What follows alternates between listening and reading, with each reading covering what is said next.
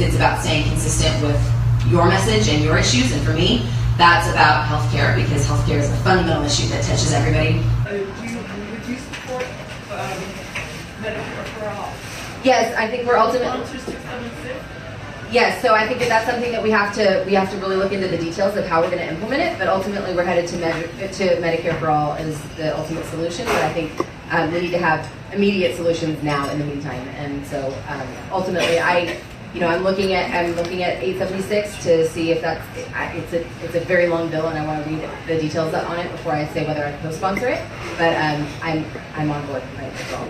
I try to be honest and straightforward and authentic more than anything else in this campaign. That's why I won't say, even though I was advised to say, yeah, sure, I'll sponsor HR 676 for single payer, because it's gonna fire up your base. It's gonna be people the people that are backing you are progressives that want to see single payer. But I can't say that that's something that I'm gonna back if I don't truly believe it, and I think that there's faults within that bill. It's just not something that I'm willing to do. For example, if I went into the district, this isn't going to make it. This isn't going to be something that I'm like getting blasted all over Facebook for, right? Okay. It's just in our closed group.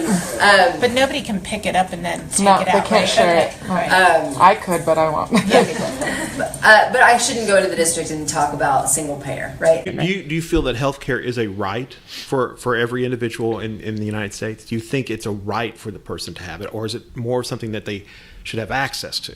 Do you see the difference, what I'm saying?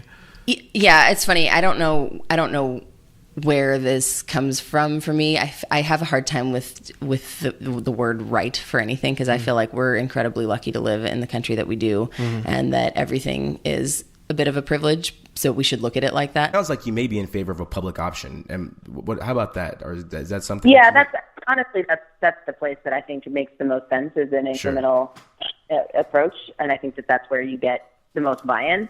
So, I realize that there's probably people that'll be mad at me for compromising to that point.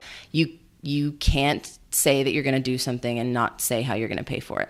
So I think that visionaries like Bernie Sanders they have the luxury of doing that. They're saying this is where we should be going as a country.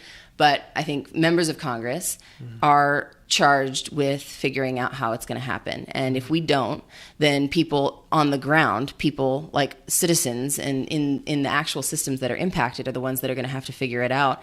And that's just not fair. It's single payer, and saying we're going straight for Medicare for all is not what's going to happen. And that's just the reality.